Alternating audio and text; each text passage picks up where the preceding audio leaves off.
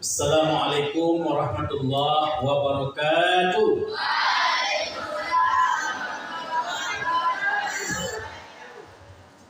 Alhamdulillah arsala rasulahu bil huda wa dinil haq liyudhhirahu 'ala dini kulli walau karihal kafirun walau karihal musyrikun walau karihal munafiqun. Asyhadu an la ilaha illallah wahdahu la syarikalah wa asyhadu anna Muhammadan abduhu wa rasuluh la nabiyya ba'da amma ba'd. Pertama sekali marilah kita panjatkan puji dan syukur kehadirat Allah Subhanahu wa taala atas segala limpahan rahmat dan karunia-Nya Allah kepada kita semua. Allah berikan kesehatan, kesempatan kepada kita semua sehingga sampai pada malam yang berbahagia ini kita masih aktif melakukan kegiatan-kegiatan, terutama kegiatan ibadah di bulan suci Ramadan ini, yang baru saja kita melaksanakan ibadah sholat tarawih dan juga ibadah-ibadah lainnya. Selanjutnya selawat beriring salam sama-sama kita sajikan kepenguatan Allah baginda Rasul Nabi besar Muhammad sallallahu alaihi wasallam dan juga kepada para sahabat keluarga beliau sekalian. Yang kami hormati guru kita bersama yang sudah ada di hadapan kita pada malam ini, yang sebentar lagi beliau akan menyampaikan materi kepada kita semua, yaitu Bapak Profesor Dr. Jamaluddin M.Hum. Selanjutnya juga yang kita hormati dari pengurus yayasan, pembina yayasan Syamsul Duha, dan juga pimpinan daya, wakil pimpinan, seluruh majelis guru, ustadz dan ustazah yang sudah berhadir di majelis yang berbahagia ini, dan juga yang kita cintai dan kita sayangi, anak-anak kita semuanya, para santri, baik santri putra maupun santri putri yang masih bersabar, masih di Daya Syamsul Duha dari awal kita mulai pendidikan Ramadan yang lebih kurang 1 minggu, kurang lebih masih bertahan, masih sabar, masih tabah ya di dalam mengikuti kegiatan-kegiatan yang dilaksanakan di dalam daurah Ramadan atau pendidikan Ramadan untuk tahun ini. Walaupun kelihatannya ada juga beberapa di antara anak kita yang sudah meninggalkan Syamsul Duha, bukan meninggal dunia ya, meninggalkan Syamsul Duha, kelihatannya ya tidak ada masalah, nggak apa-apa kalau yang sudah pulang. Tapi yang masih eksis, masih tetap ini luar biasa ya, kita berikan penghargaan kepada anak-anak kita semuanya yang masih mengikuti semua kegiatan. Kami pantau zuhur tadi, kemudian subuh ya, dan juga setiap malam mengikuti materi-materi yang disampaikan oleh guru-guru kita, baik yang dari YIN Luk Semawe, dari Angkatan Darat Kodim Luk Semawe, dan juga dari Angkatan Laut Luk Semawe, dan juga dari dari UJ Ustadz Junaidi, terus kemudian juga dari DPRK Kabupaten Aceh Utara, materi-materi yang baru saja dari malam-malam kemarin sudah disampaikan, dan juga tadi malam yaitu fardu kifayah, praktek fardu kifayah. Alhamdulillah berjalan dengan baik. Semua kita lihat semangat di dalam mengikuti kegiatan-kegiatan tersebut. Jadi semoga anak kami apa yang sudah kita ikuti yang disampaikan oleh guru-guru kita dari malam pertama sampai malam ini, insyaallah semuanya akan menjadi penambahan ilmu pengetahuan dan wawasan yang barangkali di bangku sekolah atau madrasah kita ada juga kita dapatkan, tapi artinya sangat kurang sekali karena kita banyak pelajaran-pelajaran lain yang kita pelajari di madrasah maupun di daya. Jadi untuk kegiatan ini khusus namanya Daurah Ramadan atau pendidikan Ramadan. Ini materi-materi yang sudah disampaikan, semoga itu dicatat ya, diingat menjadi ilmu tambahan untuk anak-anak kami yang barangkali sekarang sebagian pendidikannya di Madrasah Sanawiyah MTS, kemudian sebagian pendidikannya di Madrasah Aliyah MA. Insyaallah yang MA mungkin tidak lama lagi sudah tamat di sini, akan melanjutkan ke perguruan tinggi ya, ke seluruh perguruan tinggi di mana yang akan kita lanjutkan. Anak-anak kami sekalian, malam ini kita akan mengikuti materi yang akan disampaikan oleh yang mulia guru kita bersama, yaitu Bapak Profesor Dr. Jamaluddin SH.M.Hum. Ini beliau orang di sini, bukan tamu ini. Cuman kenapa profesor? Karena beliau dosen dan dekan Fakultas Hukum di Unimal. Nah, jadi anak-anak kami yang di Aliyah kan tidak lama lagi nanti akan melanjutkan kuliah. Yang nanti insya Allah ada yang masuk ke Unimal, masuk ke Alimus Saleh, ini pasti nanti akan ketemu dengan Prof di sana. Beliau berkeluarga di sini di Gelempang Sulu Barat dengan saudara kami.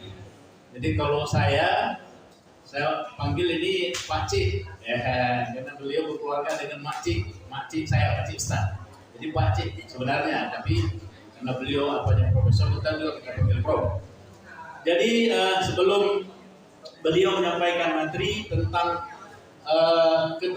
ketaatan hukum bagi warga sipil, ya dicatat ini materinya, judulnya akan disampaikan sebentar lagi, yaitu ketaatan hukum bagi warga sipil. Itu judulnya.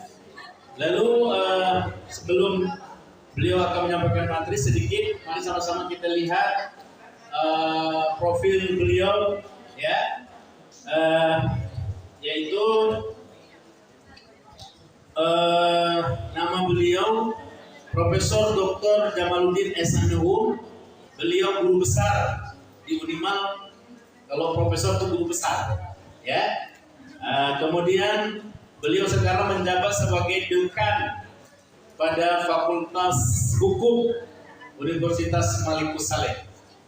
Ya, beliau asalnya itu yaitu tempat tanggal lahir di Blangkuu, 19 September 1965, yaitu di Nagaraya.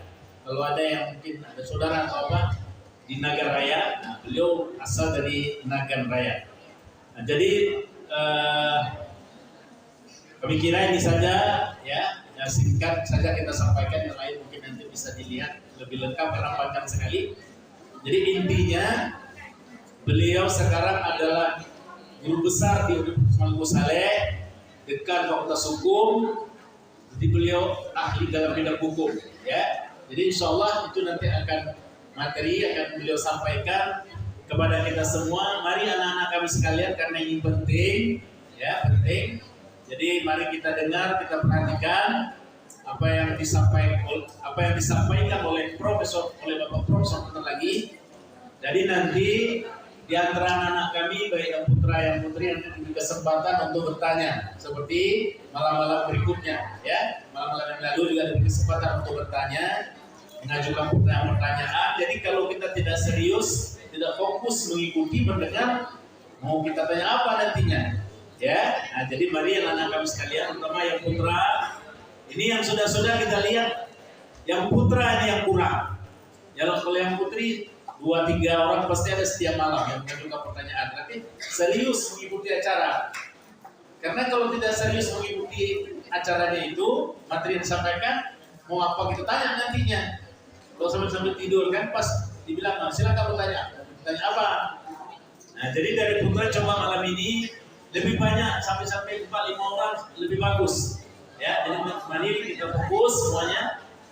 Tidak kita bicara, tidak kita segala macam kegiatan lain selama berlangsungnya kegiatan materi kita pada malam berbahagia ini. Jadi untuk menghemat waktu langsung saja kepada guru kita yang mulia Bapak Profesor Dr. Jamaluddin S.M.Hum, kepada beliau kita silakan dengan segala hormat.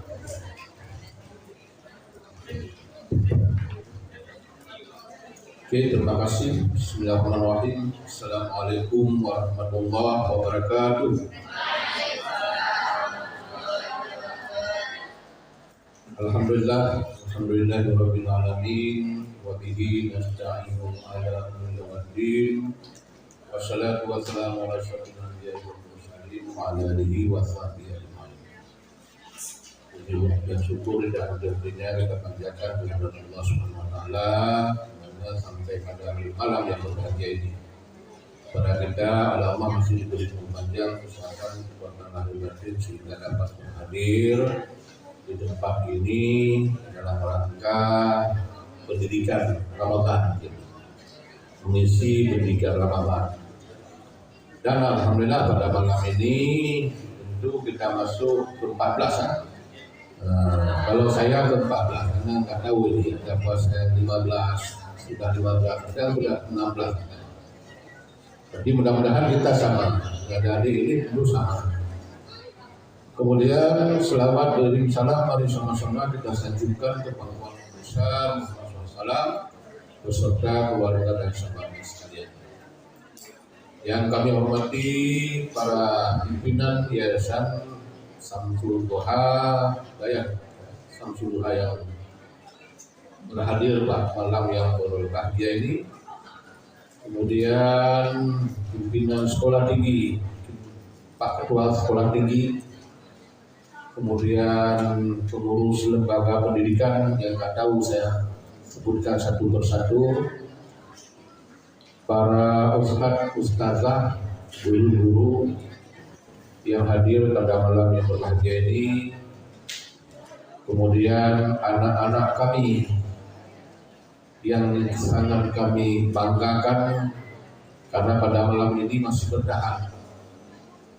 Mungkin tadi saya dengar di sini ada santri lebih kurang 700, tetapi yang bertahan malam ini mungkin lebih kurang 100 ya. Nah, ini 100. Jadi inilah barangkali bibit-bibit unggul. Ini adalah bunga-bunga bangsa.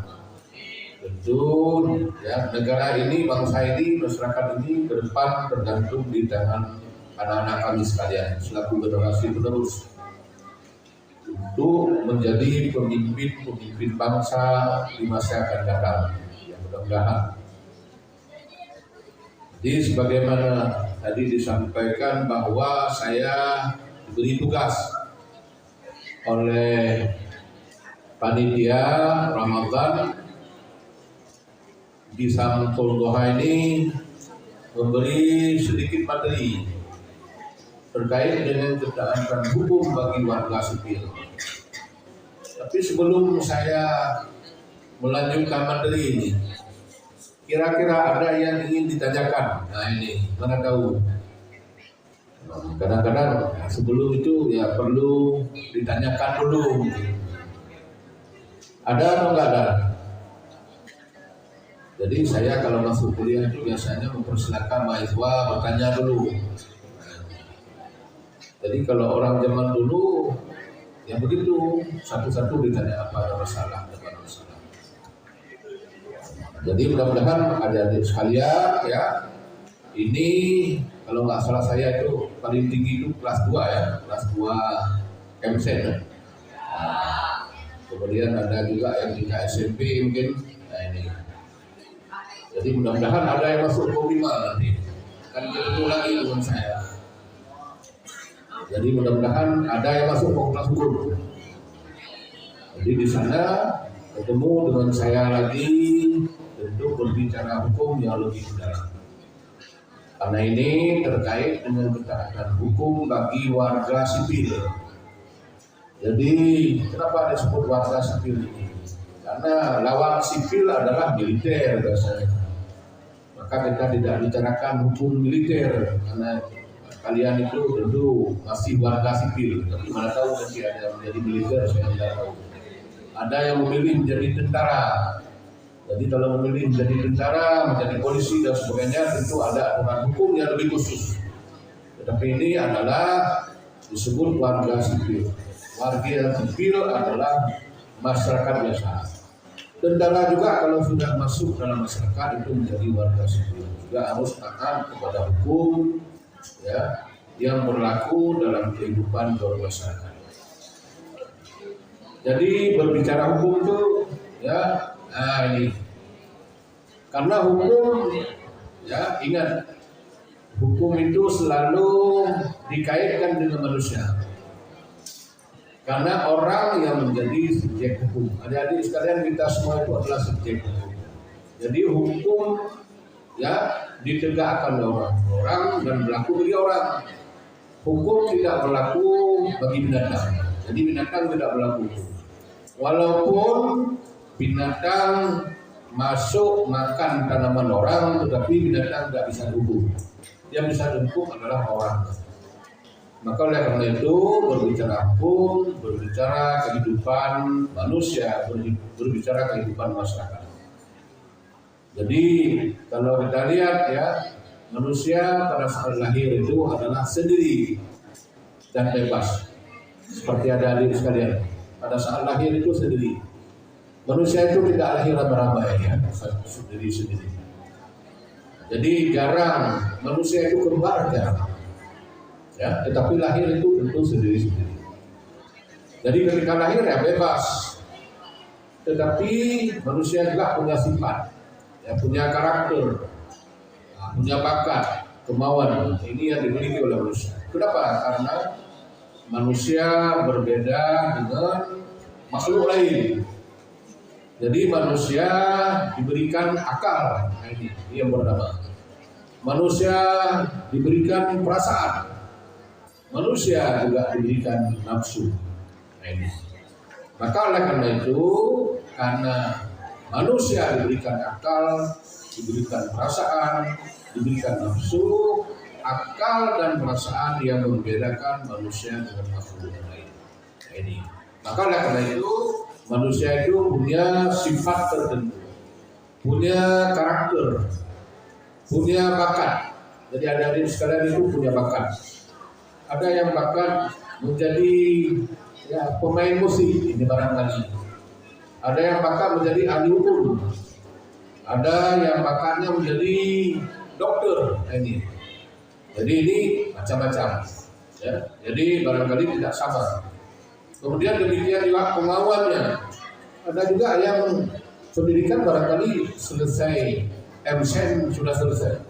Maunya kalau sudah selesai tingkat MSen harus melanjutkan ke perguruan tinggi. Ada S1, ada S2, ada S3. Jadi menuntut ilmu itu tidak ada batas. Ya. Jadi ini adalah manusia. Kemudian manusia juga disebut sebagai makhluk non-politik. Artinya selalu hidup bermasyarakat. Manusia tidak bisa hidup sendiri. Manusia membutuhkan manusia yang lain. Jadi seperti kita sekarang ini. Kalau ingin mendapat ilmu, kita menuntut ilmu di lembaga pendidikan. Kemudian kalau kita ingin pakai baju, tentu kita harus beli baju. Jadi selalu berhubungan dengan manusia yang lain. Jadi manusia ya tidak bisa hidup sendiri karena manusia saling membutuhkan antara satu sama lain. Maka oleh karena itu Allah sendiri juga menciptakan manusia berpasangan-pasangan, menciptakannya lain juga berpasangan-pasangan. Jadi tidak ada yang tunggal. Ada baik, ada buruk, ya. Kemudian ada indah, ada jelek. Kemudian ada laki, ada perempuan. Itu merupakan ciptaan Allah. Jadi oleh karena itu manusia itu adalah makhluk yang selalu hidup bermasyarakat. Kemudian ya di antara manusia itu saling membutuhkan antara satu sama lain. Jadi untuk memenuhi kebutuhan itu tentunya manusia ya selalu berhubungan dengan manusia lain. Misalnya kita butuh pakaian. Butuh pakaian tentu kita harus beli pada orang yang menjual pakaian. Nah ini. Jadi kalau ini misalnya saya tanya sama adik-adik sekalian. Misalnya A menjual baju kepada si B. Nah ini. Saya adik-adik sekalian beli baju di toko. Nah, ini. Adik sekalian datang ke toko beli baju. Nah ini. Pada saat ya melakukan jual beli baju itu sudah ada hubungan hukum. Sudah ada hubungan hukum. Artinya menimbulkan hak dan kewajiban antara penjual dan pembeli. Kemudian misalnya adik-adik sekalian pada saat melanjutkan pendidikan di daerah ini pada saat lulus mendaftarkan ya untuk ikut pendidikan di daerah ini sudah ada hubungan hukum antara daerah dengan adik-adik sekalian, antara daerah dengan orang tua dari sekalian. Sehingga di situ menimbulkan hak dan kewajiban. Nah ini hak dan kewajiban. Saya tanya sama adik-adik sekalian, kewajiban adik-adik sekalian pada saat mendaftar menjadi santri di daerah ini, apa yang menjadi kewajiban? Menuntut ilmu, belajar. Siapa yang bisa jawab? Menuntut ilmu dari belajar. Apa lagi? Ada yang lagi? Kira-kira pada saat mendaftar supaya menjadi santri di daerah ini apa kewajibannya?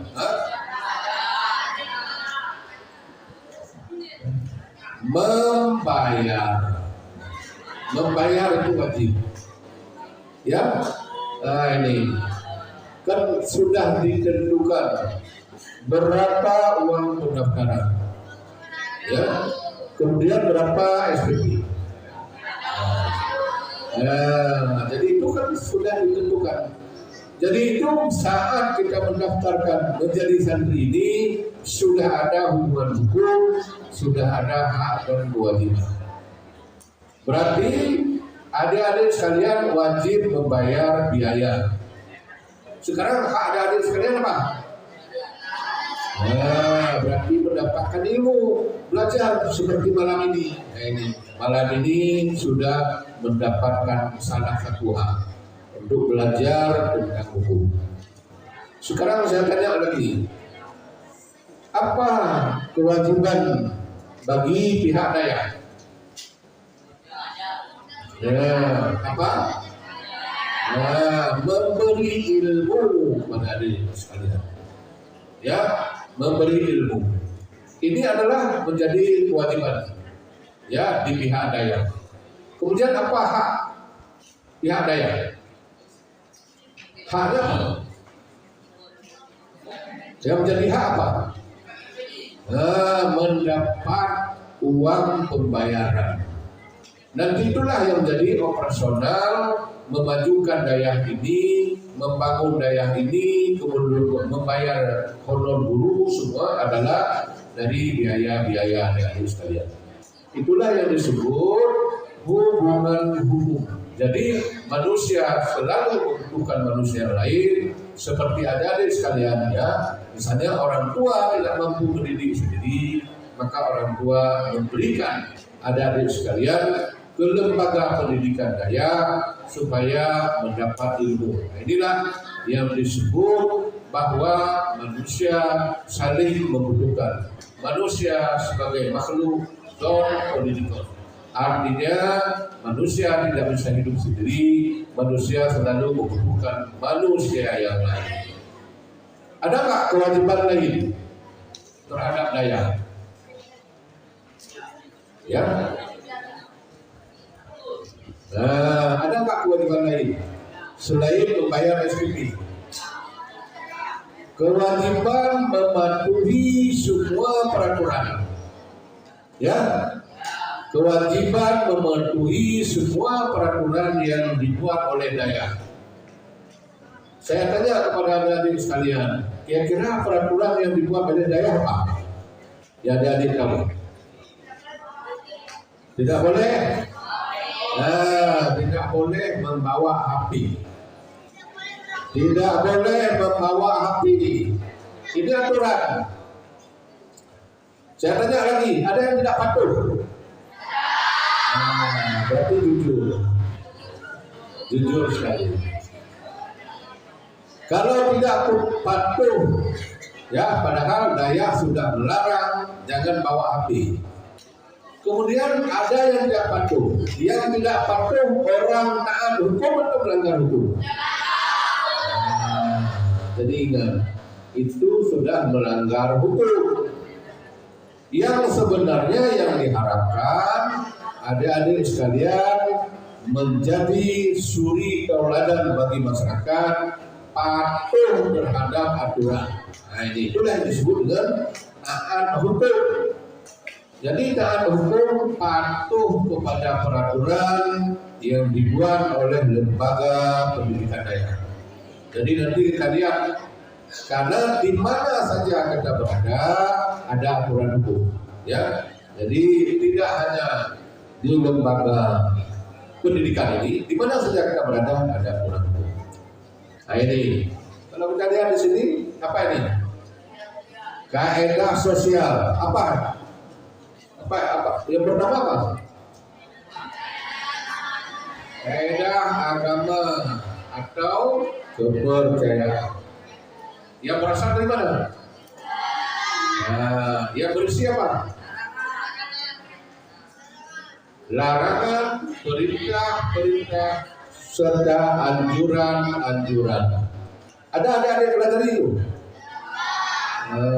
Dalam agama ada nggak perintah? Apa contoh perintah larangan? Perintah sholat, perintah bayar zakat. Apa lagi? Perintah puasa. Apa lagi? Ada perintah lain? Naik haji. Ya, itu perintah. Perintah siapa? Perintah Allah. Larangan. Larangan apa? Dilarang minum minuman keras. Dilarang mencuri. Ada dilarang dagang. Dilarang mencuri. Memang benda-benda ini, ya. Dilarang main judi. Dilarang pakai HP. Nah ini tadi. Nah ini. Saya tanya, dilarang pakai HP, ada nggak dilarang dalam agama? Kalau tidak dilarang agama, di mana dilarangnya? Berarti ada aturan Dayak. Jadi ada aturan yang langsung perintah dari Allah, ada aturan yang dibuat untuk ketertiban di lembaga pendidikan. Itu yang harus dibahas. Ya. Jadi oleh karena itu, adik-adik sekalian, selama ini di Dayak tentu paling mendalam diajarkan oleh para guru, ya. Ada aturan-aturan hukum dalam ajaran agama, ya, yang mengandung perintah dan larangan. Jadi misalnya tadi sudah disebutkan, ada perintah salat, perintah bayar zakat, perintah puasa. larangan membunuh. Boleh nggak membunuh agama? Bagaimana kalau membunuh? Dihukum. Ya. Jadi kalau membunuh berarti akan dihukum. Kalau kita membunuh orang lain mati, apa hukumannya? Hukuman mati juga ya. Islam. Maka kita bilang hukuman mati langsung. Jadi rupanya nggak boleh kita bilang hukuman mati ya. Jadi itu hukuman mati. Jadi itulah ya yang diajarkan di dalam hukum. Salah satu dalam kehidupan manusia ada namanya kaidah agama.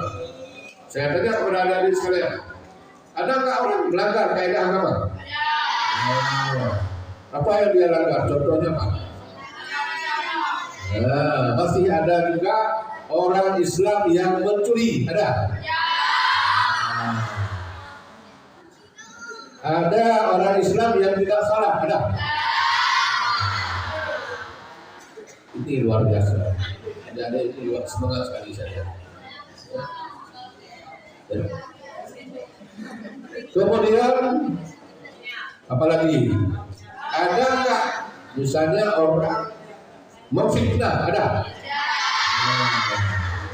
Ada adik sekalian, ada nggak melakukan fitnah? Luar biasa ya. Jadi ada ya. Jadi kalau masih ada yang memfitnah orang lain, itu menunjukkan apa? Belum taat hukum. Tadi judul kita apa?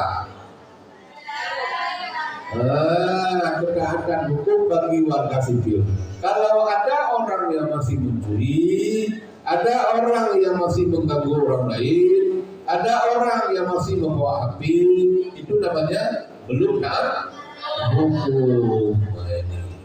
Jadi oleh karena itu, adik-adik sekalian, ya supaya adik-adik ini menjadi suri tauladan dan menjadi ujung tombak untuk menyampaikan kepada orang lain supaya kita harus benar-benar menjadi orang taat hukum.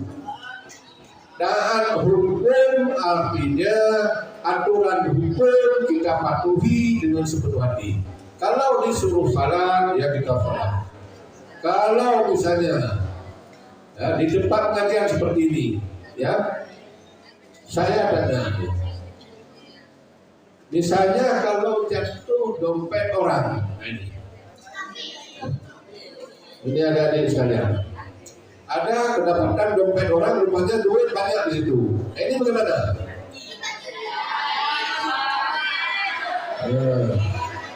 Kalau tidak bukan orang taat hukum, bagaimana caranya? Ambil dompet itu, kembalikan siapa pemiliknya. Kalau enggak, kasih kepada pimpinan daerah. Ya, kalau tidak tahu kita pemiliknya, kasih kepada pimpinan daerah. Jadi kita jangan mengambil sedikit pun uang di dalamnya, karena mengambil uang orang juga berdosa. Ini. Saya tanya lagi, kenapa orang masih melanggar hukum agama? Padahal tadi ya misalnya mencuri dilarang. Kenapa? Kira-kira?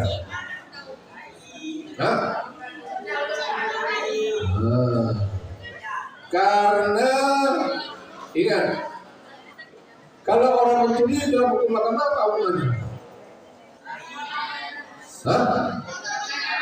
Potong? Ada diajarkan tuh? Potong tangan. Ada nggak pencuri yang dipotong tangan? Kenapa nggak dipotong tangan? Karena kita tidak berlaku hukum Islam. Mudah-mudahan Aceh ke depan berlaku hukum potong tangan. Tidak ada pencuri lagi. Ini ya. Jadi oleh karena itu, kenapa orang melanggar hukum agama? Karena melanggar hukum agama, hukumannya adalah dosa. Kalau dosa apa hukumannya? Mendapat neraka. neraka berarti nanti. Kalau nanti orang ya tidak mempertimbangkan. Ya, jadi ini. Jadi oleh karena itu adik-adik sekalian, di dalam kehidupan kita sudah ada namanya salah satu kaidah yang disebut dengan kaidah agama. Ini sudah diajarkan mulai sekolah mungkin SD, SMP, kalau ini tingkat MSen ya macam itu sudah diajarkan hukum agama. Apalagi di pesantren, di daerah itu sangat kental diajarkan hukum agama. Ya, apa yang dilarang, apa yang diperintah.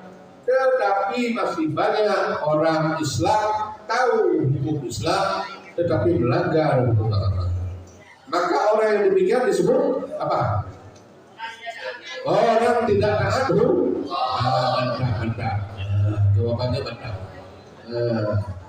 Jadi kemudian saya tanya sama adik-adik sekalian, adik-adik sekalian menjadi orang taat hukum atau tidak taat hukum? Jadi kalau ingin menjadi taat hukum, apa yang diperintah oleh Allah, dilarang oleh Allah, dianjur oleh Allah, itu harus kita kerjakan. Harus berbudaya dalam kehidupan kita. Harus selalu dalam ingatan. Kenapa? Karena hidup ini hanya sebentar. Pada suatu saat nanti kita kembali kepada Allah, tentu apapun pekerjaan dosa-dosa di dunia nanti akan diminta pertanggungjawaban oleh Allah. Maka oleh karena itu berbicara yang taat hukum adalah orang patuh kepada aturan. Jadi dia tidak pernah melanggar hukum, itu yang diharapkan. Jadi ini perlu kita ingat.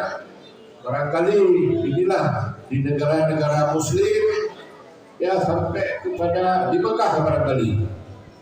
Ini saya lihat di Mekah Al-Mukarramah, di Masjidil Haram pun tidak boleh sedikit pun kita lengah.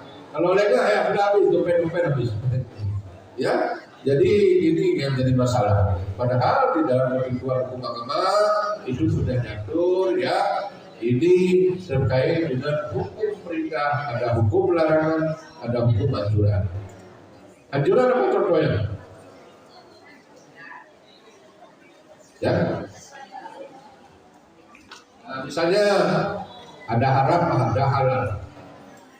Saya tanya kepada adik-adik sekalian, kalau menyembelih lembu, bagaimana kita dikatakan halal? Menurut hukum agama, menyembelih lembu, bagaimana dikatakan halal? Membaca, apakah cukup dengan membaca doa? Supaya binatang yang kita makan itu betul-betul halal, sehat, apa syaratnya? Menyembelih di lehernya. Apalagi?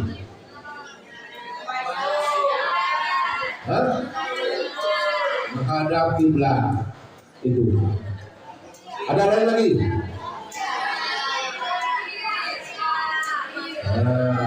Ini dengar baik-baik ya. Di dalam hukum agama nanti ada sekalian cari. Itu namanya halalan thayyiban. Pernah dengar? Apa itu halalan thayyiban? Halal yang baik bagaimana maksudnya? Kalau kita potong lembu tadi yang dikatakan halal yang baik bagaimana?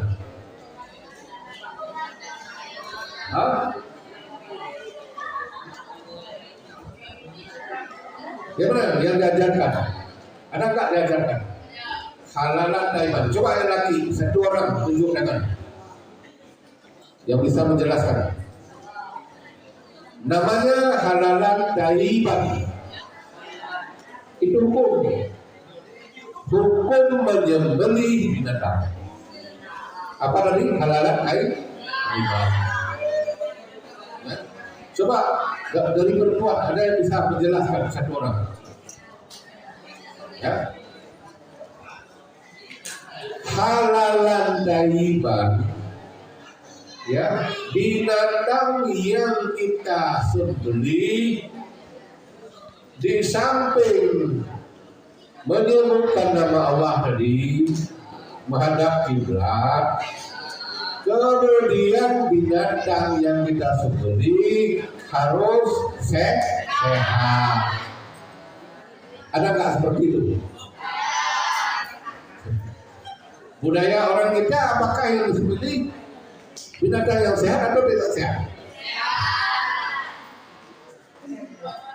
Saya ini belum yakin. Ya. Nah, itu satu.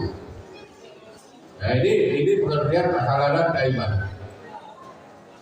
Bagaimana misalnya binatang itu selalu makan tanaman orang lain? Nah, ini. Apakah itu halal?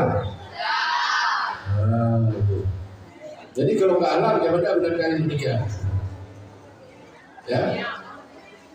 Jadi sekarang ya ada pendapat yang menyatakan bahwa binatang yang kita lepaskan tetapi memakan tanaman orang lain, kita sembelih, binatang itu juga dikategorikan kurang halal. Nah ini. Jadi ini ya, maka oleh karena itu bagaimana caranya? Bagi pemilik binatang berarti wajib menjaga binatang supaya tidak mengganggu, tidak memakan tanaman orang lain. Kalau orang pelihara binatang, ternyata binatang itu bebas masuk memakan tanaman orang lain. Orang yang demikian disebut apa? Taat hukum atau tidak taat hukum? Tidak taat hukum. Jadi ingat, yang dikatakan orang taat hukum bagaimana? Berarti ada binatang dia pelihara supaya binatang itu tidak mengganggu orang lain, tidak memakan tanaman orang lain, tidak berjalan di jalan yang bebas yang bisa menyebabkan orang kecelakaan. Itu baru disebut orang taat hukum. Jadi ini yang harus dipahami. Ya, adik-adik sekalian, kan dikatakan taat hukum itu bagaimana? Nah ini artinya ya, kehidupan kita tidak mengganggu orang lain, kehidupan kita juga bermanfaat bagi orang lain. Jadi di samping tidak mengganggu orang lain, tapi bermanfaat bagi orang lain. Kita pelihara binatang apapun yang tidak mengganggu orang lain, itu baru disebut orang taat hukum. Ya, nah, jadi di dalam komunal seperti ini saya tanya. Di antara adik-adik sekalian, ada nggak saling mengganggu? Nah, ada juga ada yang mencuri. Yakin, jujur, ada juga yang mencuri. Ya, yang mencuri taat hukum atau tidak taat hukum? Nah, jadi kalau tidak taat hukum ada nggak sanksi? Nah, apa sanksinya? Nah, jadi ingat. Jadi jangan sampai pada saat diberikan sanksi disalahkan orang lain, padahal kita yang tidak. Nah inilah ya yang disebut taat hukum.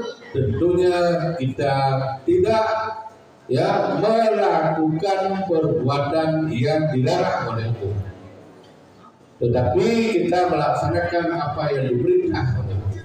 Nah, ini namanya pertama kaidah agama. Kemudian kaidah yang kedua apa? Kaidah kesusilaan. Apa itu? Kok dapat ini? Dapat ini? Kok nggak dapat di sana? Ya. Namanya kaidah kesusilaan. Ya. Ini peraturan. Ya. Peraturan hidup yang berasal dari suara hati. Jadi memang kalau kita bilang hukuman mati itu susah.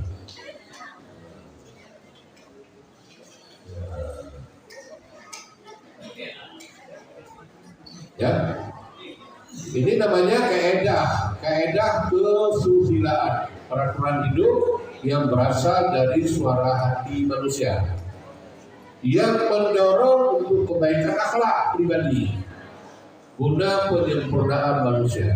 Nah, ini disebut dengan kaidah kesusilaan. Jadi ingat, karena kita hamba Allah, manusia biasa, manusia khalifah, diberikan kelebihan dibandingkan dengan makhluk yang lain, maka manusia punya perasaan. Misalnya, kalau manusia ingin mencuri, bagaimana perasaan? Nah, ada rasa takut. Ada rasa takut. Berarti hati diarahkan jangan mencuri. Tapi nafsu ya ambil terus. Karena manusia selalu digoda oleh setan. Jadi setan itu selalu digodakan. Jadi kalau perbuatan yang jahat itu dikatakan oleh setan itu yang paling baik. Nah, jadi ini ya, maka oleh karena itu padahal manusia itu punya perasaan.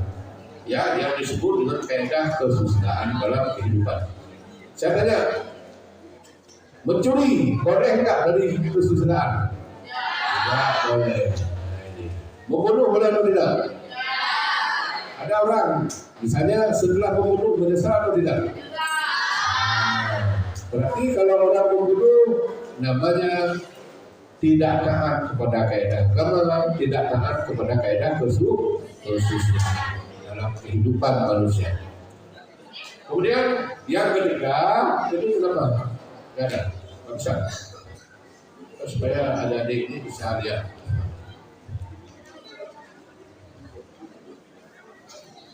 Oh betul.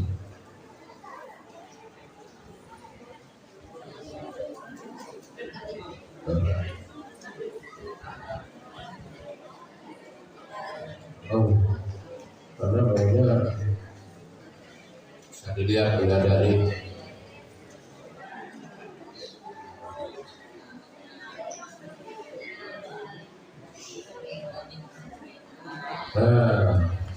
kementak gitu kan. Kalau bisa lihat nanti kalau kuliah di hukum dapat lagi seperti ini. Waktu kuliah di sana udah paham, tahu ya. Yang ketiga kaidah apa? Coba baca.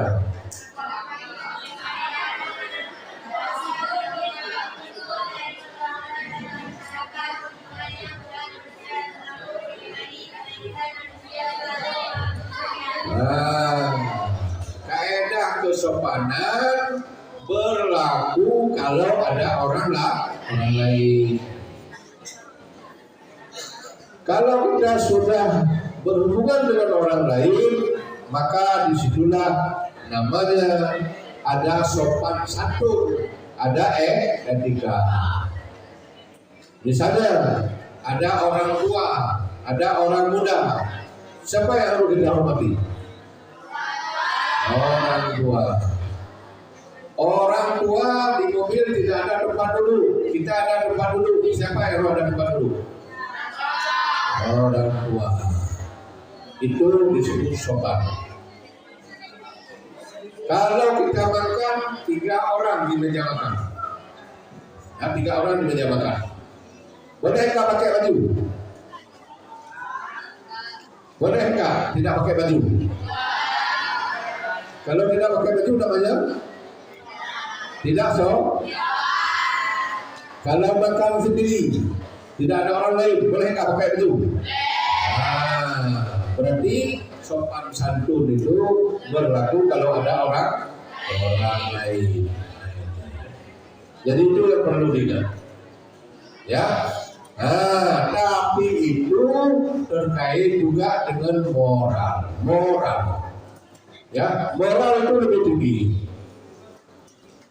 Misalnya kita ingin mencuri, ya mencuri buat jagung.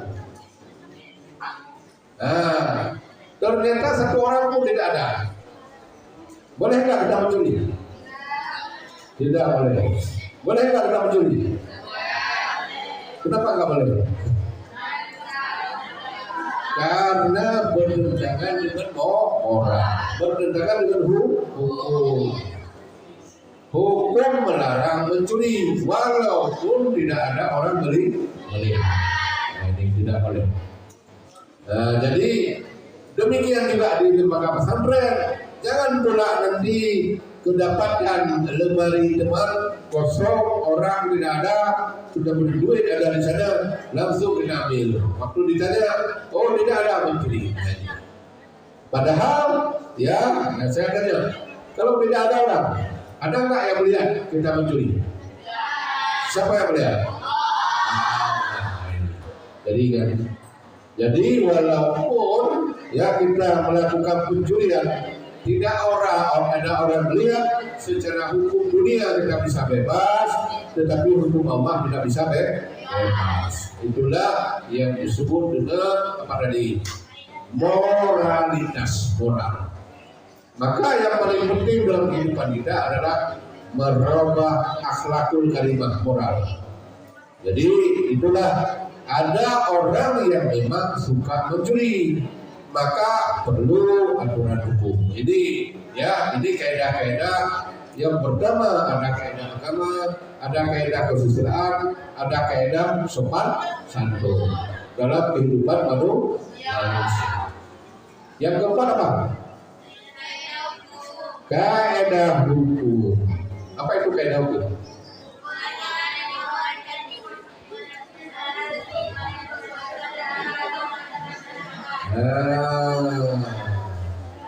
Peraturan yang dipositifkan secara resmi oleh negara. Ada hukum pidana, pernah dengar? Apa itu hukum pidana? Pernah? Ini hebat. Pernah dengar? Ada hukum pidana? Ada hukum perdata. Ada? Ada hukum jual beli ada. Kalau di Aceh ada kanun jinayah, pernah dengar? Ini namanya semua aturan hukum. Aturan hukum yang dipositifkan oleh negara. Ini saya tanya sama adik sekalian. Ini pertama ada kaidah agama. Coba perhatikan baik-baik ya semua. Ada kaidah kesusilaan, ada kaidah sopan santun. Kenapa perlu kaidah itu? Nah, coba. Kenapa perlu lagi kaidah hukum? Ini kan kaidah agama sudah diajarkan. Ada ini semua sudah diajarkan. Kaidah kesusilaan sudah ada dalam kehidupan manusia. Kaidah kesopanan sudah ada. Kemudian terakhir ada kaidah hukum dipositifkan oleh negara. Kenapa pentingnya kaidah hukum? Kira-kira siapa bisa jawab? Bisa jawab, kita berikan hadiah.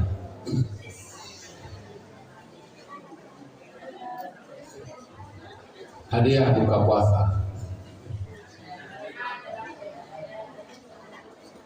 Karena coba yang berani, yang meledak, bersuara, tunjuk tangan.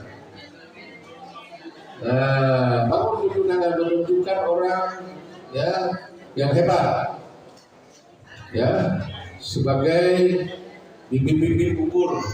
Siapa? Ada? Ya. Jadi yang sebenarnya kan sudah dikatakan oleh Allah, ada hablum minallah, ada hukum dibuat oleh Allah.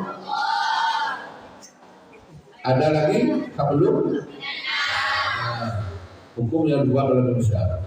Ada lagi yang namanya wa'atiullah. Apa artinya? Ada lagi wa'atiul.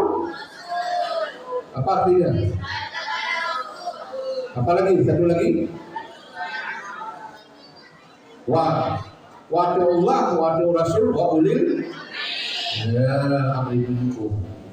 Berarti taat kepada Allah, taat kepada Rasul, juga patuh kepada pemimpin. Patuh kepada pemimpin negara, membuat aturan hukum dipositifkan oleh negara. Yang sebenarnya negara Indonesia pada saat merdeka dulu sepakat mendirikan negara Islam, berarti yang berlaku adalah hukum Islam. andai kata pada saat itu kalimat ketuhanan dan kewajiban menjalankan syariat Islam berlaku, berarti Indonesia yang dipositifkan oleh negara pasti hukum Islam. Karena pada saat itu tidak sepakat seperti itu, maka oleh karena itu berlakulah hukum yang dibuat oleh negara, dibuat oleh manusia. Apa tujuan dibuat hukum ini? Karena, jadi ingat ya, ini harus perlu dipahami. Karena orang melanggar hukum agama, berarti dosa dapat neraka. Berarti pada mereka setelah mati gitu. Jadi sehingga masih banyak orang melanggar hukum agama. Andai kata orang mencuri berlaku hukum potong tangan, mungkin tidak ada orang mencuri. Kemudian kalau mencuri potong tangan, kalau ada orang yang tidak punya tangan, pasti dianggap mantan pencuri. Betul. Misalnya kalau berlaku hukum Islam, mencuri potong. Kalau kita lihat orang yang tidak ada tangan apa? Berarti mantan. Bagaimana kalau dia semenjak lahir tidak punya tangan? Ya? Cacat ya. Maka ada orang pergi ke Arab, lihat orang tidak punya tangan, oh ini mantan pencuri. Padahal dia semenjak lahir tidak punya tangan. Jadi oleh karena itu ya kita ini belum. Jadi perlunya hukum dipositifkan oleh negara karena tadi kan sudah diakui oleh adik-adik sekalian. Di sini ada nggak pencuri? Ada katanya. Berarti pencuri harus dihukum. Berdasarkan hukum apa? Ya, ini baptis semua. Ya. Berdasarkan hukum apa? Berdasarkan hukum negara. Maka di Aceh ada dibuat kanun Aceh. Ya, kanun Aceh itu juga terkait dengan hukum-hukum yang berlaku di Aceh, ya, untuk mengantisipasi perbuatan-perbuatan jahat. Yang diharapkan apa? Yang diharapkan sebenarnya orang semua harus taat hukum. Kalau orang sudah taat hukum, tidak perlu orang hukum itu. Kalau orang sudah sadar hukum Allah, semua itu karena kaidah-kaidah agama itu sudah ada aturan. Kalau orang sudah sadar itu tidak perlu. Kalau sudah punya budaya hukum ya tidak perlu. Nah ini sampai di sini ada pertanyaan, ada yang ingin ditanyakan? Mana tahu? Yang saya sampaikan adik-adik paham? Yang pernah saya sampaikan adik tidak paham. Ada pertanyaan? Nggak ada ya? Kok nggak ada? Kalau ada, ya bilang. Sekarang apa? Hukum. Hukum apa itu? Coba dibaca.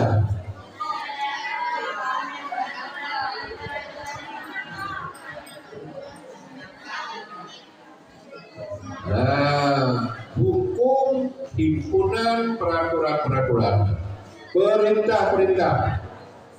Saya tanya kepada adik-adik sekalian, lampu merah, perintah atau larangan?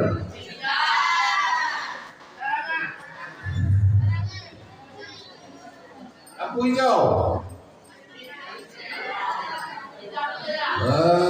Jadi harus tahu hukum atau bukan? Lampu merah larang, kalau sudah merah itu larangan. Itu perlu diingat. Saya tanya, ada nggak orang yang melanggar lampu merah? Orang yang melanggar lampu merah akan hukum atau tidak? Adik-adik sekalian, siapa lebih baik melanggar lampu merah dengan tidak melanggar? Yang jujur ya, jujur. Ya. Nah, perintah. Lampu hijau, perintah apa? Belok kiri jalan terus. Ada? Itu apa? Perintah atau larangan? Perintah. Kepada siapa ada perintah? Pengendarai kendaraan. Setiap pengendarai kendaraan beroda roda, setiap pengendarai kendaraan beroda dua wajib pakai helm. Pertanyaan, aturan hukum itu perintah atau larangan? Perintah apa? Adik-adik sekalian, ada nggak pakai helm kalau jalan? Kalau tidak pakai helm, tahan hukum atau tidak? Sekarang menjadi orang tahan hukum atau tidak tahan hukum? Jawab. Saya tanya lagi, kalau adik-adik sekalian naik kendaraan, ada pakai helm atau tidak? Sebelah sini, kalau naik kendaraan ada pakai helm atau tidak? Kalau tidak, orang tahan hukum atau tidak tahan hukum? Kalau ingin menjadi tahan hukum, bagaimana caranya? Berarti kalau naik kendaraan harus pakai karena disitulah hukum mengandung perintah, juga mengandung larangan. Hukum agama ada perintah, ada larangan. Ya, jadi ini kalau sudah paham, adik-adik sekalian harus menjadi orang taat.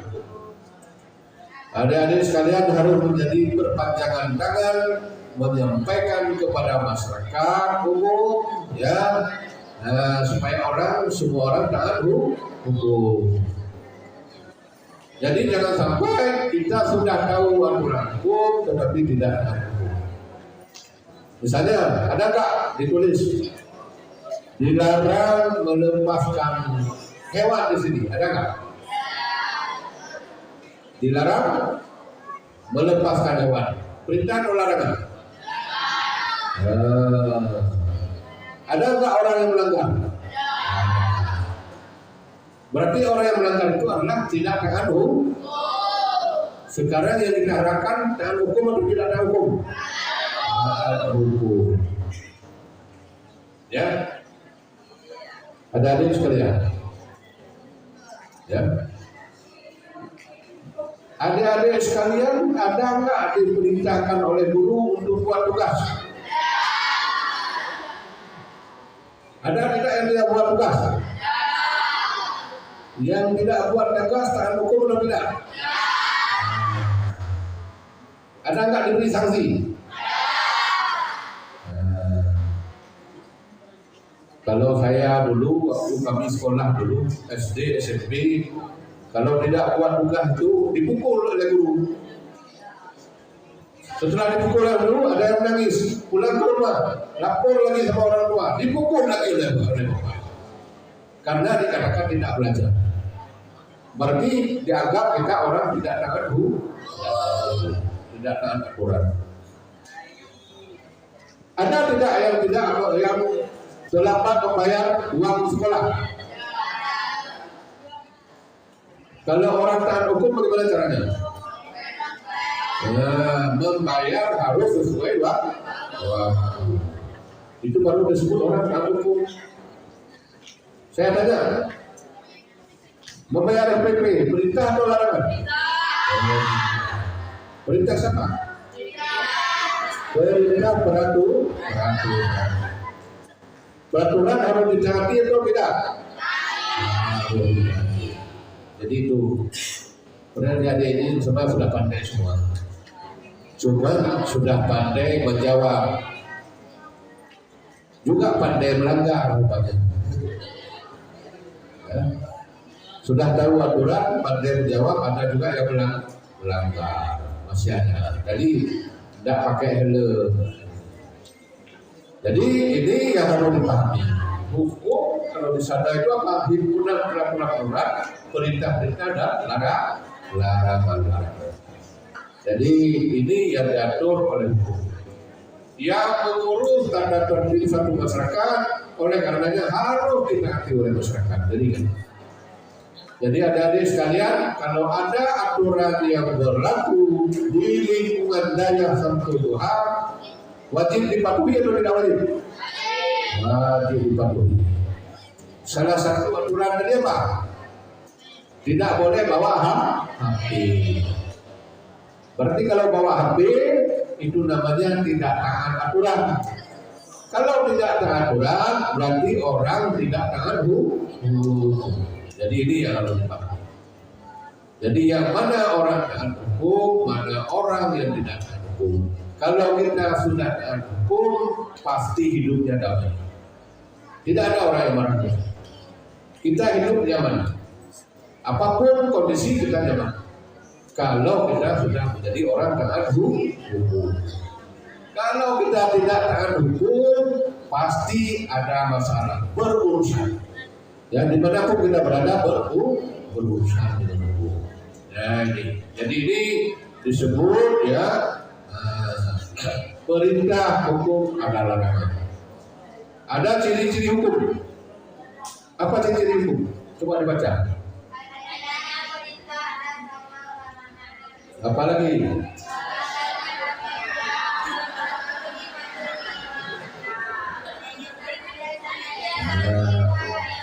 Bagi yang melanggar hukum pasti dikenakan sanksi.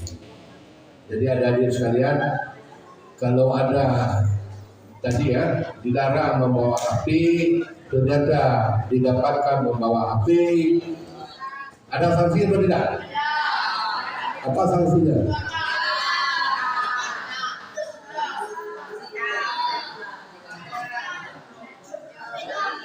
Sanksinya diterima atau ditolak? Itu harus jujur. Jadi ini dari segi jawaban semua orang taat hukum. Jadi kalau kita sudah salah tidak boleh melawan. Ingat, kalau kita sudah salah harus sadar. Kalau kita sadar salah itu juga taat hukum. Misalnya kalau ditanya, ada bawa HP? Ada. Itu jujur. Padahal aturan tidak boleh bawa HP. Tapi kalau ditanya, ada bawa HP? Ada. Ini menunjukkan adalah jujur. Jujur itu tidak ada hukum. Kadang-kadang HP ada di bawah. Waktu ditanya ada bawa HP? Tidak ada katanya. Nah, hukum atau tidak? Tidak ada hukum. Jadi yang dikatakan hukum harus jujur. Kayak adik jawaban tadi. Ya. Kalau jalan anak pakai helm ada atau tidak? Tidak. Jujur. Kalau sudah jujur begitu juga disebut hukum. Artinya apapun kita lakukan kita bertanggung jawab. Dan tapi kalau sudah dilarang, jangan kita lakukan. Kalau kita lakukan itu namanya tidak taat hukum. Jadi oleh karena itu, adik-adik sekalian, ya mudah-mudahan yang menjadi orang yang taat hukum. Kemudian kalau sendiri sudah menunjukkan taat hukum, kita kembali ke lingkungan masyarakat sehingga masyarakat menjadi kita sebagai suri tauladan orang yang taat hukum. Ya, ini ya. Jadi ingat ciri-ciri hukum ada perintah, ada larangan. Yang kedua, larangan atau perintah harus dipatuhi, ditaati. Ya, kemudian ada sanksi hukum yang tegas. Jadi kalau sudah melanggar, ya dihukum. Kepada siapa yang dihukum? Kepada yang melanggar. Yang tidak melanggar, ya tidak dihukum. Yang dihukum hanya orang melanggar. Jadi ingat. Kenapa dihukum orang melanggar? Karena tidak taat hukum. Jadi oleh karena itu, adik-adik sekalian, mudah-mudahan ya menjadi orang taat hukum. Ya.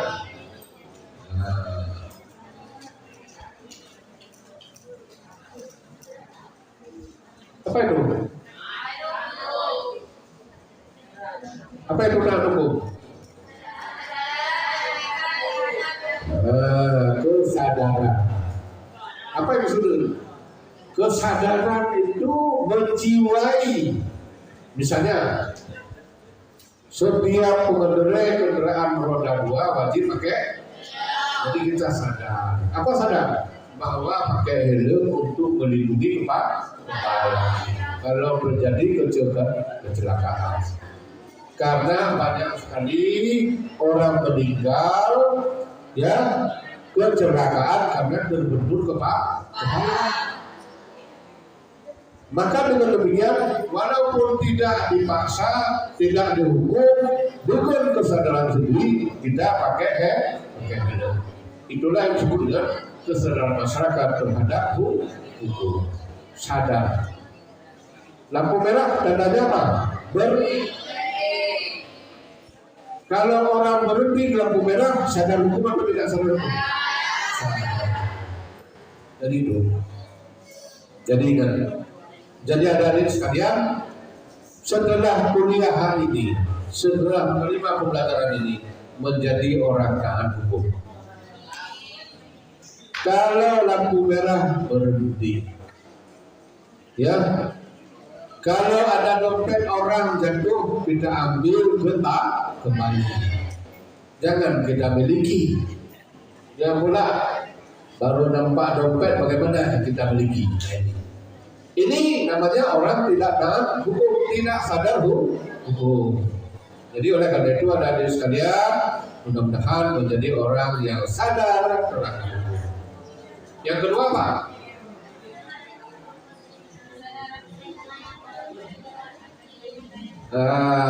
Kesadaran hukum berupa keyakinan akan nilai-nilai yang terdapat di dalam diri manusia tentang hukum. Misalnya, saya tanya kepada adik-adik sekarang, kenapa mencuri itu dilarang?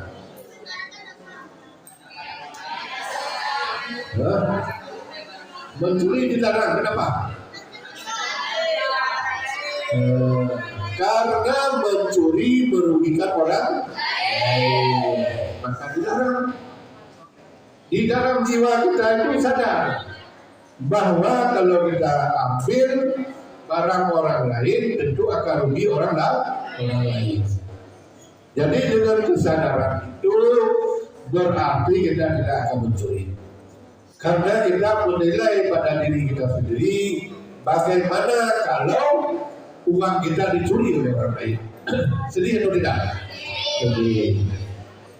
Inilah yang disebut dengan kesadaran hukum berupa keyakinan akan nilai-nilai.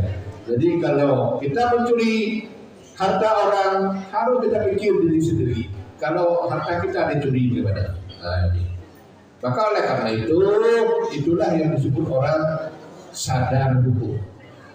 Taat hukum. Yang ketiga apa?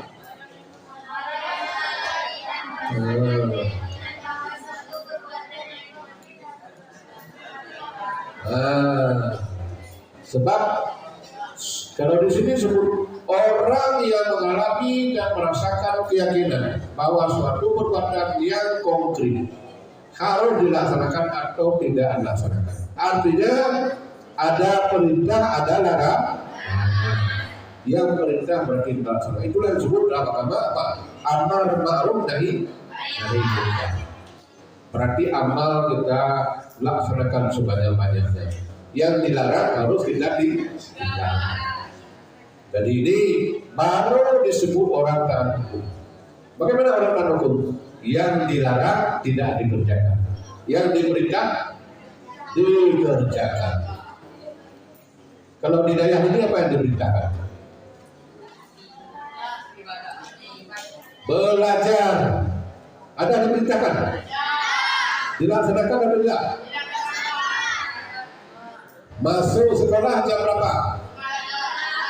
Saya punya 8. Dilaksanakan atau tidak? Adakah yang tidak laksanakan? Yang tidak laksanakan itu apa namanya? Tidak taat dan tidak sadar terhadap hukum.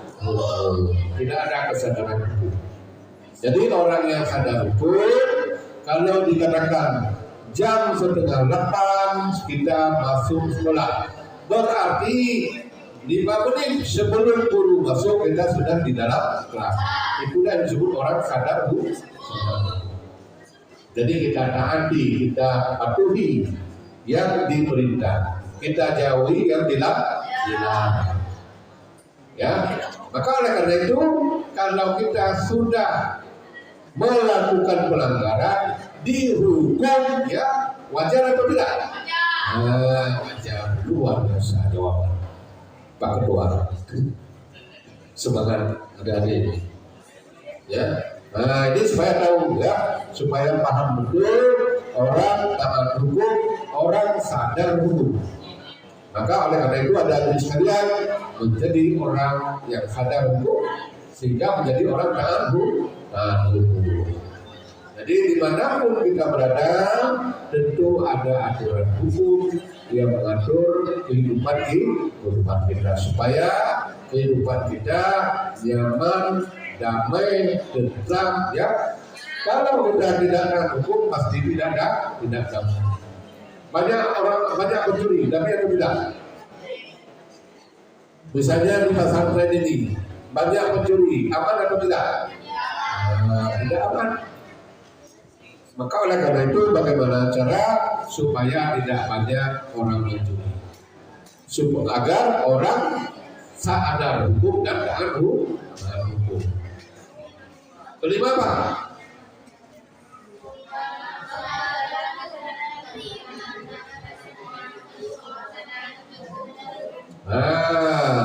Membangun kesadaran hukum tidaklah mudah karena tidak semua orang memiliki kesadaran hukum.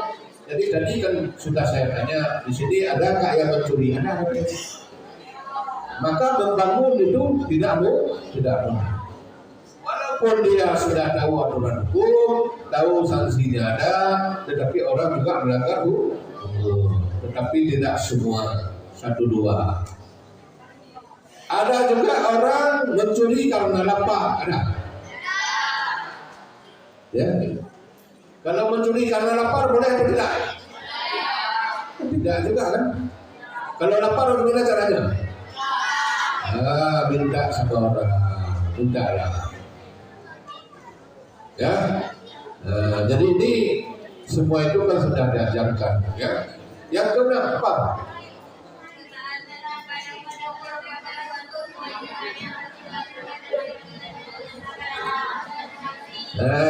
Ada Islam, ada seperti itu. Apa? Ketaatan pada hukum merupakan suatu kewajiban.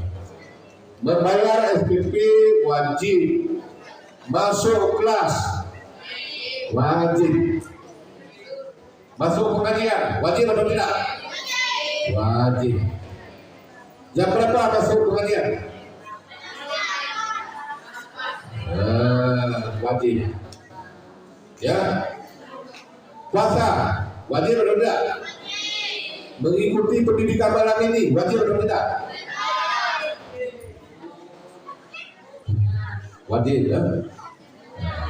Jadi oleh karena itu ya di sini disebutkan bahwa ketaatan kepada hukum, taat kepada perintah tadi, apa yang dikatakan dibuat aturan di lembaga ini kita patuhi, kita taati, itu adalah merupakan sebuah kewajiban. Ini bicara di dalam lembaga ini. Nanti ada namanya di dalam keluarga, di dalam masyarakat, bagaimana? Ya, ini juga harus menjadi orang taat hukum. Kalau tidak patuh pada aturan hukum, pasti kita dikenakan sanksi. Jadi orang yang kena sanksi, orang tidak taat hukum, orang tidak sadar hukum. Kalau kita sudah sadar hukum, taat hukum, pasti tidak kena sanksi. Ini yang perlu diingat. Ada pertanyaan? Jelas? Jelas atau tidak jelas? Ada pertanyaan? Apakah ada pertanyaan terkait? Sekarang apa? Berbicara masa. Apa itu masyarakat?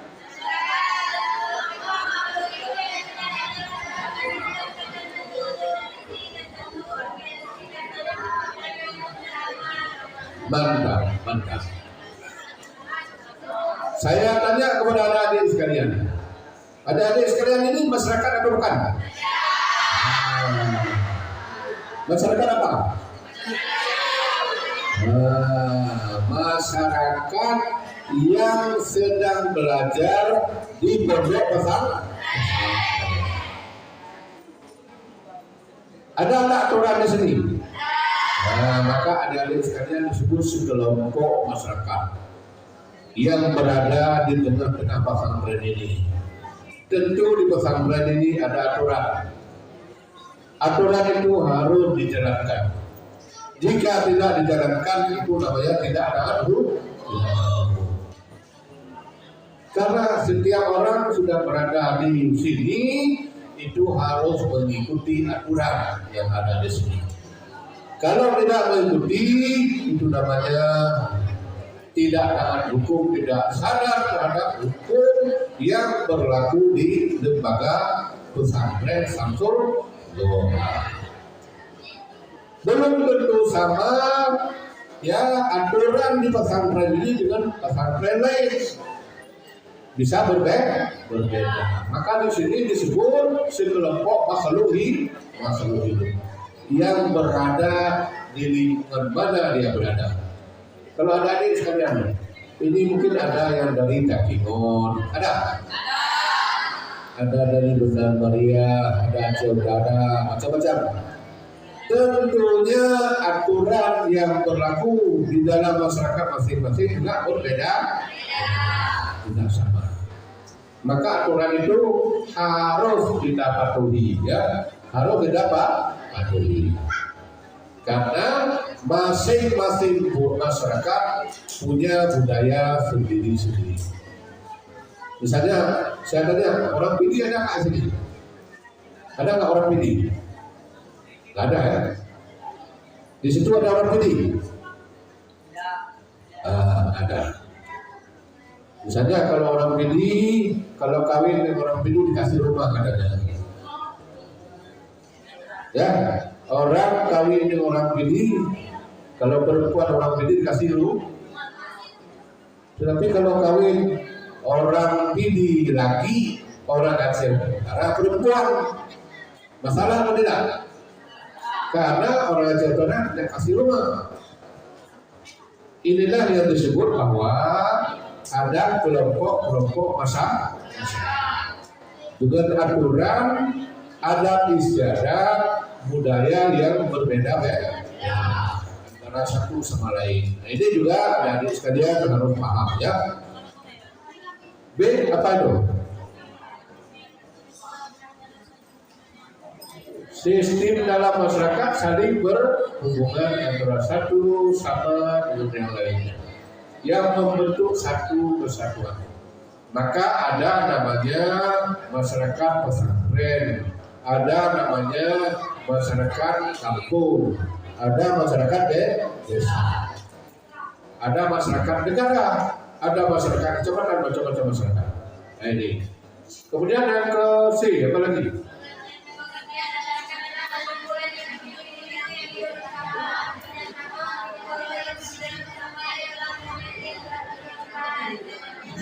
Mantap, ada di semua. Luar biasa. Yang laki nampak?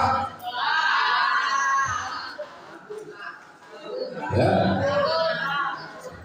Masyarakat sekelompok, sekumpulan individu-individu seperti kalian. Ada laki, ada perempuan, itu sekumpulan individu-individu. Kemudian apa lagi? Yang hidup bersama, bekerja sama untuk memperoleh kepentingan bersama. Jadi kalian di sini sama-sama tujuannya untuk mendapat ilmu. Ilmu apa? Baik ilmu agama maupun ilmu pengetahuan umum. Jadi ada dua ilmu. Maka dulu diperintahkan tuntutlah ilmu apa? Dari air dan ilmu sampai ke liang lahat. Tuntutlah ilmu sampai ke negeri Cina. Jadi kenapa disuruh tuntut ilmu sampai ke negeri Cina? Karena di orang Cina duluan berkembang ilmu dunia. Nabi juga berikan kepada orang Islam supaya orang Islam juga tidak ketinggalan, bisa menguasai dunia. Kalian mau nggak menguasai dunia? Nah, kalau mau menguasai dunia caranya bagaimana? Harus taat hukum. Kalau tidak taat hukum tidak mungkin jadi, ya, tidak mungkin menjadi orang yang hebat. Kalau orang tidak taat hukum itu kebanyakan penghuni penghuni penjara, juga menjadi penghuni neraka. Jadi oleh karena itu ada di sekalian, ya, mudah-mudahan menjadi orang yang taat hukum. D, apa lagi?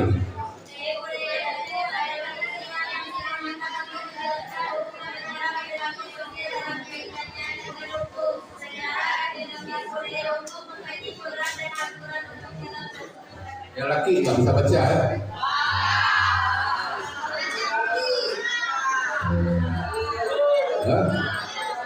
Ini ada disebut budaya hukum. Budaya hukum bagaimana? Yang maksud dengan budaya hukum adalah orang patuh kepada hukum. Jadi budaya hukum, misalnya,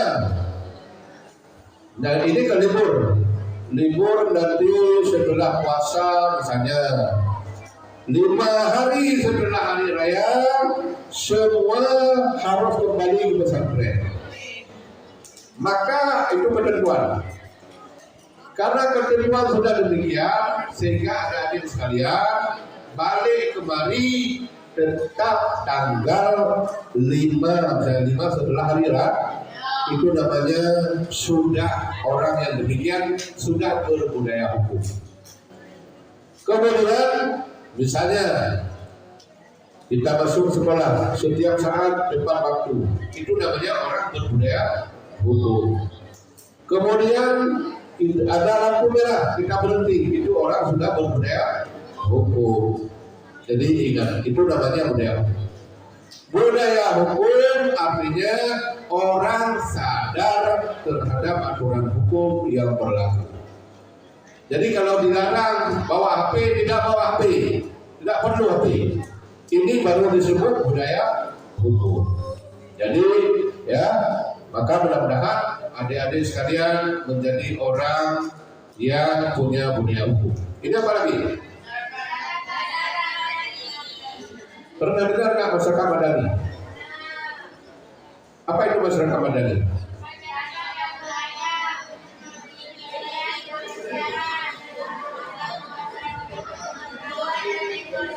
Di mana pertama sekali terciptakan masyarakat madani? Di mana? Di Madinah. Madinah itu namanya Madani. Jadi Rasulullah dulu Nabi, nah ini adik-adik sekalian harus pahami.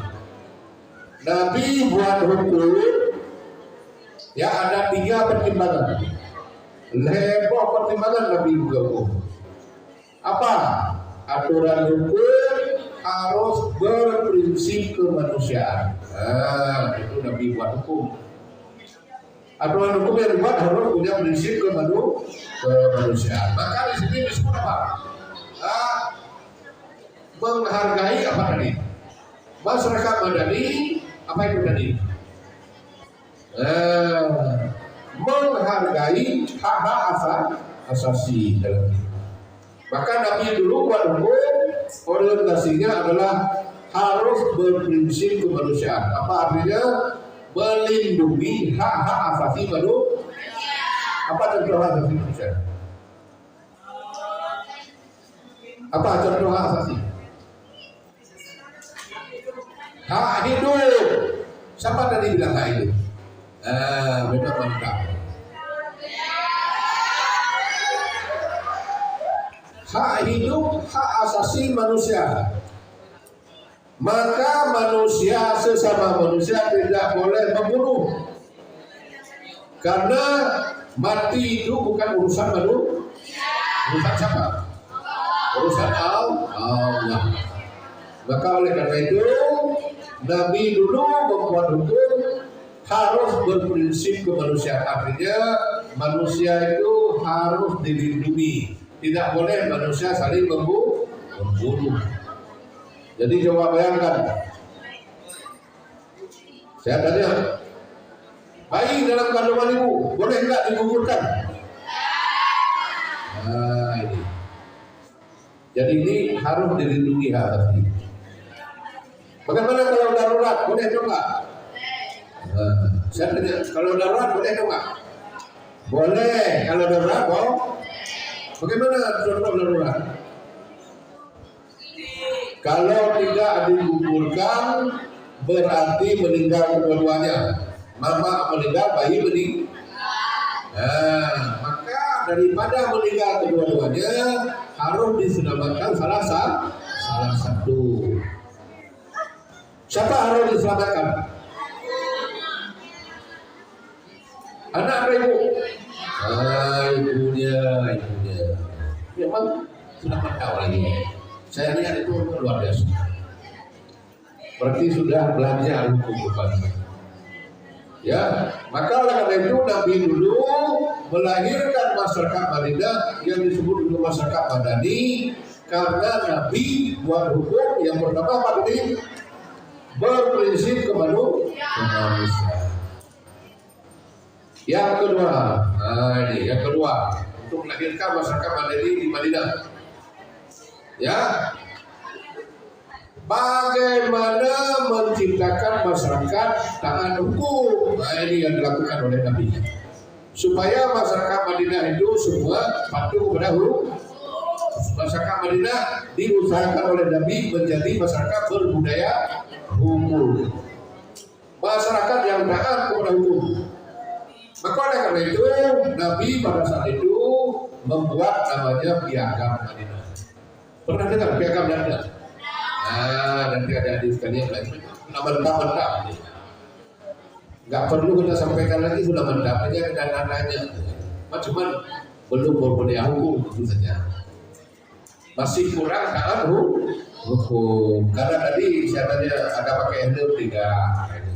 Itu menunjukkan belum taat hukum. Ya, Nabi buat hukum yang kedua apa tadi? Bagaimana berusaha supaya semua masyarakat Madinah menjadi orang taat hukum, menjadi orang berbudaya hukum. Maka itulah dasar melahirkan masyarakat Madinah. Saya tanya kepada adik-adik sekalian, bisa nggak di lembaga pesantren ini melahirkan masyarakat Madani? Caranya bagaimana? Berarti semua warga masyarakat pesantren itu harus taat, harus berbudaya. Bisa nggak seperti itu? Saya pegang janji karena ada ketua di sini. Jadi dengar oleh ketua. Ya, jadi itu ya. Kita juga bisa membuat masyarakat pesantren Darul Duha menjadi masyarakat Madani. Caranya bagaimana? Sudah ada aturan hukum, sehingga semua warga di sini ikut aturan hukum.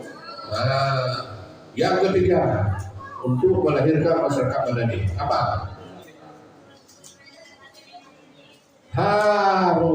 Bukan itu. Harus ada penegakan hukum yang adil. Apa itu penegakan hukum yang adil? Semua dihukum sama. Siapa yang salah tetap dihukum.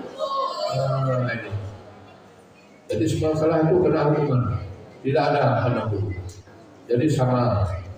Apakah itu anak presiden, anak petani. Kalau sudah melanggar hukum tetap dihukum. Itu disebut hukum yang penegakan hukum yang itu untuk melahirkan masyarakat apa? Madan. Jadi ini berbicara masyarakat Madan. Maka mudah-mudahan setelah malam ini adik-adik sekalian jangan capek lagi guru-guru di sini. Jangan capek lagi mengatur adik-adik sekalian yang tidak taat hukum.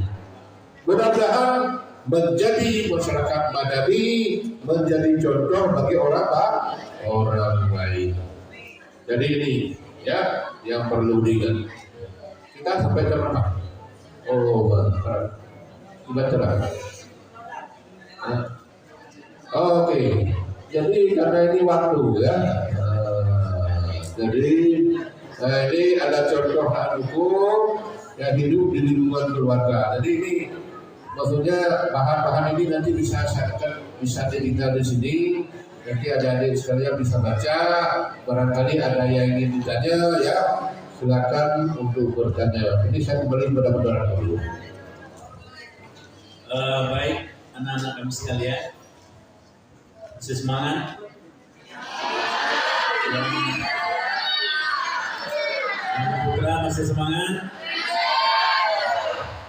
Alhamdulillah, sudah panjang ya penjelasan yang disampaikan oleh Bapak Prof tentang taat hukum dari pertama sampai saat ini hampir 2 jam kurang lebih ya.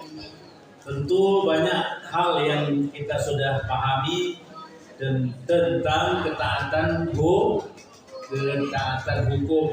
ketaatan terhadap peraturan-peraturan ya, baik perintah maupun larangan.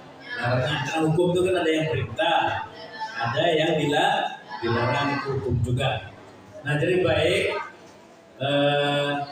karena waktu sudah hampir menuju ke jam 12, jadi ini kita berikan kesempatan barang 10 atau 15 menit untuk bertanya jawab. Jadi kita silakan anak putra mempersiapkan pertanyaan untuk 2 orang dulu, kemudian yang Tuan Putri juga begitu, 2 orang dulu mewakili, jadi 2 orang 2 pertanyaan yang nanti ditanyakan kepada Bapak Prof. Tentu yang ditanyakan itu adalah yang berkaitan dengan materi kita pada malam ini yang baru saja disampaikan oleh Bapak Prof. Jadi jangan tanyakan yang lain nanti ya. Itu menyangkut dengan masalah taat terhadap hukum yang berlaku di negara kita, di Indonesia. Jadi mari kita silakan untuk menghemat waktu yang putra terlebih dahulu, 1 orang dan 2 orang. Ya silakan. Bangun, sebutkan nama, kemudian tanyakan pertanyaan. Silakan. Mari ambil mic biar apa besar suaranya. Silakan.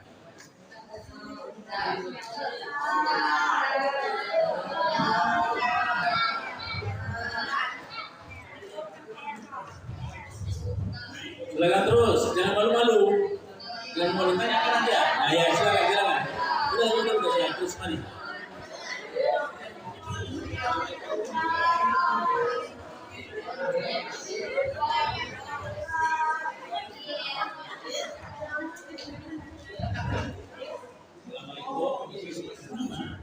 Assalamualaikum warahmatullahi wabarakatuh.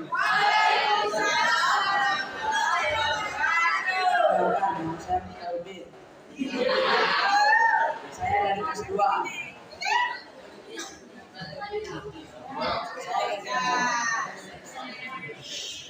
Saya ingin menanyakan pada tahun berapa dimulainya hukum? Sekian. Terima kasih. Satu lagi, silakan. Ya. Yang Alia, dengan yang Sanalia semua.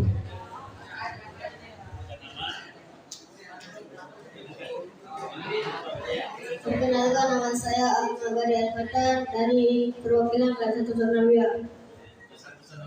Saya ingin menanyakan, apabila suatu negara memperlakukan hukum yang bertentangan dengan hukum Islam, apakah hukum tersebut bisa ditaati? Iya. Terima kasih.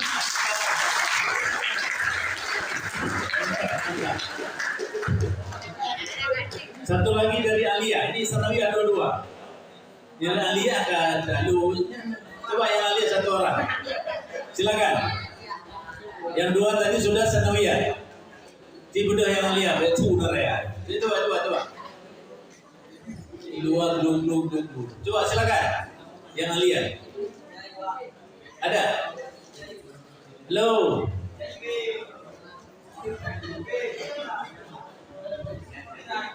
Ya, tepuk tangan gitu. Ya.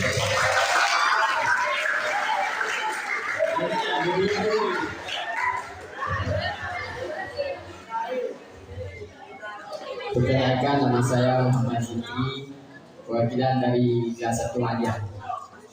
Siapa pencetus hukum pertama kali di dunia?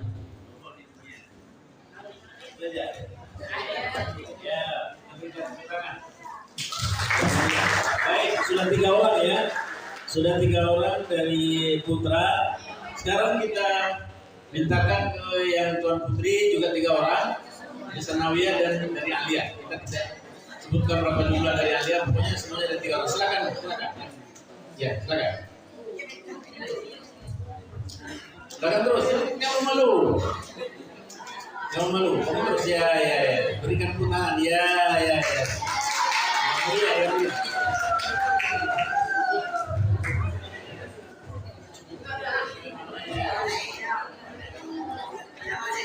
Assalamualaikum warahmatullahi wabarakatuh. Perkenalkan, nama saya Uskaya Putria. Saya perwakilan dari kelas 1 Aliyah. Kan saya bertanya, kan hukum itu harus ditaati, tapi kenapa sekarang banyak sekali orang yang melanggarmu? Sekian. Assalamualaikum warahmatullahi wabarakatuh. Ya, jadi pertanyaannya kenapa sekarang banyak sekali orang-orang yang melanggar hukum? Padahal semua tahu ya hukum-hukum yang berlaku. Baik, silakan. Ini dari Sanawiyah tadi kan? Aliyah. Nah. Dari Sanawiyah ada. Aliyah juga nggak apa-apa boleh. Pokoknya 3 orang, harus ada 3 orang. Coba yang sama dengan yang putra tadi. Silakan. Yang paling belakang yang ikut yang di belakang itu. Silakan. Nggak ada lagi. Yang enggak sana dari Sanawiyah ada 1 orang. Coba. Dari Sanawiyah. Tadi dari Aliyah, kata Aliyah. Dari MTS, coba. Silakan. Halo. Terus. Halo. Yang di belakang itu yang coba dari sana juga 1 orang biar jangan. Ayo udah silakan. Terus. Terus. Ada lagi? Oke. Kalau ada lagi kita coba tuntaskan ini dulu. Silakan. Yang pun kapan hukum berlaku? Memang mantap kali ini ada hari ini. Jadi nampaknya semua yang bertanya ini calon-calon mahasiswa kampung. Orang ahli hukum. Ya. Pertanyaan pertama, kapan hukum berlaku ya? Jadi hukum berlaku semenjak manusia ada, hukum sudah berlaku. Kapan manusia ada? Semenjak Nabi Adam. Jadi semenjak Nabi Adam sudah ada aturan hukum. Pada saat Nabi Adam bertemu dengan, ini kalau di dunia ini. Ya. Baik, anak kami sekalian, masih semangat? Alhamdulillah kita sudah mengikuti materi tentang hukum yang baru saja disampaikan oleh yang mulia Bapak Prof kita. Alhamdulillah semua kami lihat anak-anak kami bisa menyerap bisa menerima apa yang disampaikan tadi tentang taat hukum. Maka mudah-mudahan apa yang diberikan kepada kita pada malam ini menjadi ilmu tambahan yang walaupun kita sedikit banyaknya sudah juga belajar di sekolah yang melalui Ustadz dan Ustazah guru kita di madrasah di sana dan Aliyah, tapi ini adalah merupakan penambahan penyegaran kembali tentang hukum yang berlaku di dunia dan berlaku di negara kita Indonesia. Jadi pada Bapak Prof kita ucapkan terima kasih sedalam-dalamnya yang sudah memberikan materi, menyampaikan ilmu kepada kita malam ini. Bersama kita doakan agar beliau dalam keadaan sehat, ya, bisa melaksanakan tugas sebagaimana biasanya, dan insya Allah mungkin seperti tadi dibilang anak-anak kami yang di Aliyah tamat nanti mungkin bisa melanjutkan ke Unimal di Fakultas Hukum. Kita akan bertemu kembali dengan Bapak Prof kita di sana mudah-mudahan, yang laki maupun yang perempuan. Jadi alhamdulillah mari kita tutup materi kita pada malam yang berbahagia ini. Mudah-mudahan Allah Subhanahu wa taala memberikan juga kesehatan, kesegaran, kebugaran kepada kita semua, teman sekalian anak kami lihat masih semangat, padahal sudah jam 12 lebih, ya sudah jam 12 lebih, masih semangat anak kami yang putri, yang putra, yaitu mengikuti pelajaran, mengikuti materi yang disampaikan oleh guru-guru kita baik pada malam ini maupun malam sebelumnya dan juga malam besok. Mari kita akhiri acara kita pada malam ini dengan membacakan Alhamdulillahirabbil alamin. Kita tutup dengan kami mengucapkan billahi taufiq wal hidayah. Wassalamualaikum warahmatullahi wabarakatuh.